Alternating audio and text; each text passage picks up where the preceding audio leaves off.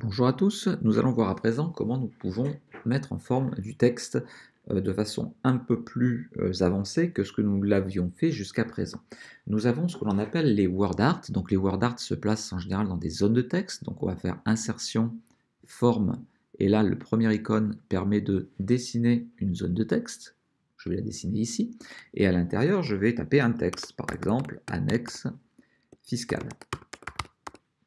Ce texte, bien entendu, on va pouvoir le mettre en forme. Alors, les word art sont très utilisés pour les textes écrits de manière un peu grosse, hein, souvent pour des titres, des choses comme ça. Donc, je vais augmenter un peu la taille. Hop. Voilà, on va l'écrire un peu plus gros. Du coup, ça apparaît sur deux lignes. Mon objet n'est pas assez grand, donc je vais l'agrandir un petit peu.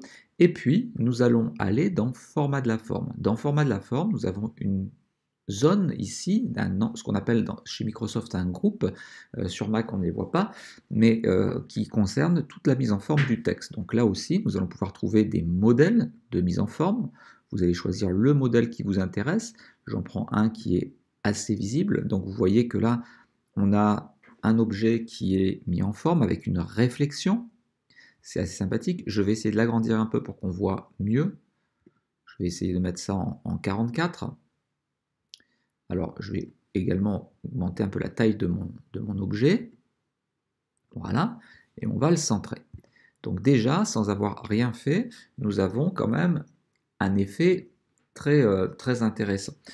Bien entendu, vous allez pouvoir aller améliorer cela avec les options de remplissage de texte qui vont vous permettre de changer les couleurs. On va par exemple partir sur cette couleur-là.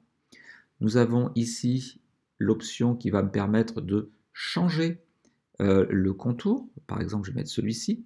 Donc vous voyez qu'on garde le rouge qui devient un petit peu plus mat, et puis un petit contour là qui apparaît. Et nous avons également, alors je vais essayer de resélectionner mon objet, nous avons aussi la possibilité d'aller modifier donc tous les effets, donc mettre des ombres plus ou moins fortes, un reflet plus ou moins élevé, un éclat plus ou moins fort. Donc à vous de tester un petit peu les différentes options pour que vous voyez ce que cela donne. Alors là, j'ai fait quelque chose d'absolument horrible, mais bien entendu, vous, peut-être que en passant un peu de temps et en gardant la tonalité de votre document, eh bien, vous allez enrichir la présentation de votre document. C'est sûr que ça, pour un document fiscal, c'est pas du tout approprié, mais en tout cas, je pense que vous allez pouvoir trouver juste ce qu'il faut mettre.